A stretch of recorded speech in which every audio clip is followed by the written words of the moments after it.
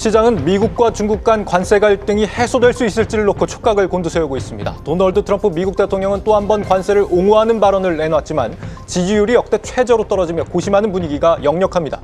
이런 가운데 이번 주 연이어 발표되는 주요 빅테크들의 실적이 앞으로 시장의 방향성을 좌우할 중요한 가늠자로 떠올랐습니다. 네, 뉴욕 특파원 연결해 상황 들어봅니다. 김종학 특파원, 트럼프 대통령이 프란치스코 교황 장례식에서 돌아온 뒤 또다시 발언을 내놓고 있죠. 주목할 발언이 있습니까? 네, 도널드 트럼프 대통령이 미국 무역 정책과 관련해 잇따라도 발언을 내놓고 있습니다만 그 수위는 크게 낮아지고 있습니다.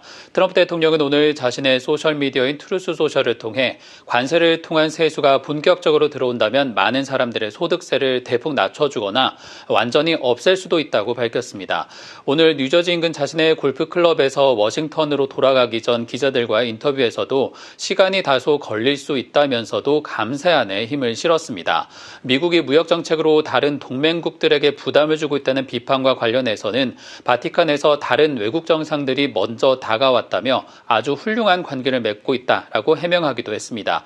트럼프 대통령의 오늘 이러한 발언은 관세 부담으로 인한 충격을 소득세 완화로 덜어낼 수 있다라는 건데 그 효과를 두고 미 경제학자들의 회의론이 상당합니다. 이와 관련해서 무디스의 마크 잔디 수석 이코노미스트는 현재 트럼프 대통령이 제시한 관세는 연방 수입을 대체할 수 없고 고율 관세가 물가와 경기 둔화 리스크를 키울 수 있다고 비판하고 있습니다. 골드만삭스가 지난주 수요일에 발간한 보고서에서도 관세 수익이 늘기는 하겠지만 기본적인 세입 구조를 대체하기엔 턱없이 부족하다면서 물가를 높여 연준의 긴축 위험만 키울 수 있다고 우려하고 있습니다. 하원을 거쳐 트럼프 일기 당시에 감세안이 연장되면 10년 간 약 5조 달러의 세수가 줄어들 수 있는데 예일대 예측으로는 관세가 수입업체 부담을 키우면서 실제 수입액은 같은 기간 절반 수준인 2조 4천억 달러에 그칠 수 있다는 전망도 나오고 있습니다. 네, 트럼프 대통령이 내일 취임 100일 연설을 앞두고 있다라고 하는데 지지율이 역대 최저 수준까지 떨어졌다고요?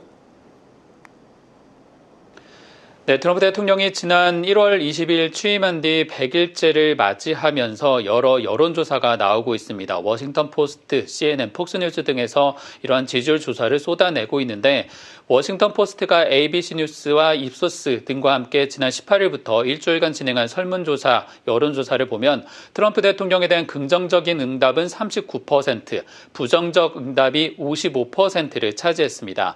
취임 한 달째인 지난 2월 조사에서 45%였던 지지율이 6%포인트나 더 줄어들었고 지난 집권 1기 당시보다 지지율 하락폭이 더 가파르게 나타납니다. 특히 경제정책과 관련해 관세정책의 긍정적이었던 응답은 34%에 불과했고 최근 주식시장 혼란에 대한 수습을 어떻게 했는지에 대한 평가도 부정적인 응답이 67%에 달했습니다.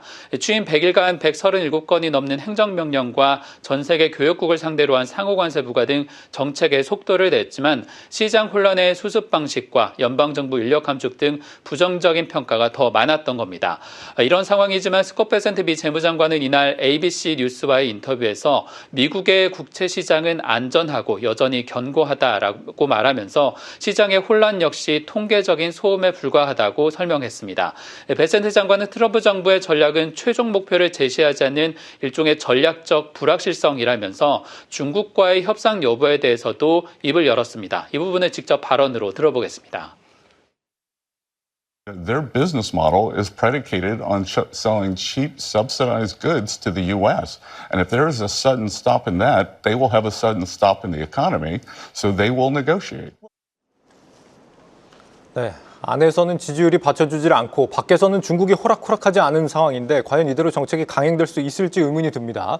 미 증시가 지금 이 관세 정책 후퇴 기대감으로 낙폭을 일부 되돌린 상태인데 말이죠. 이번 주 빅테크 실적이 투심에 또 중대한 영향을 줄 수 있다고요?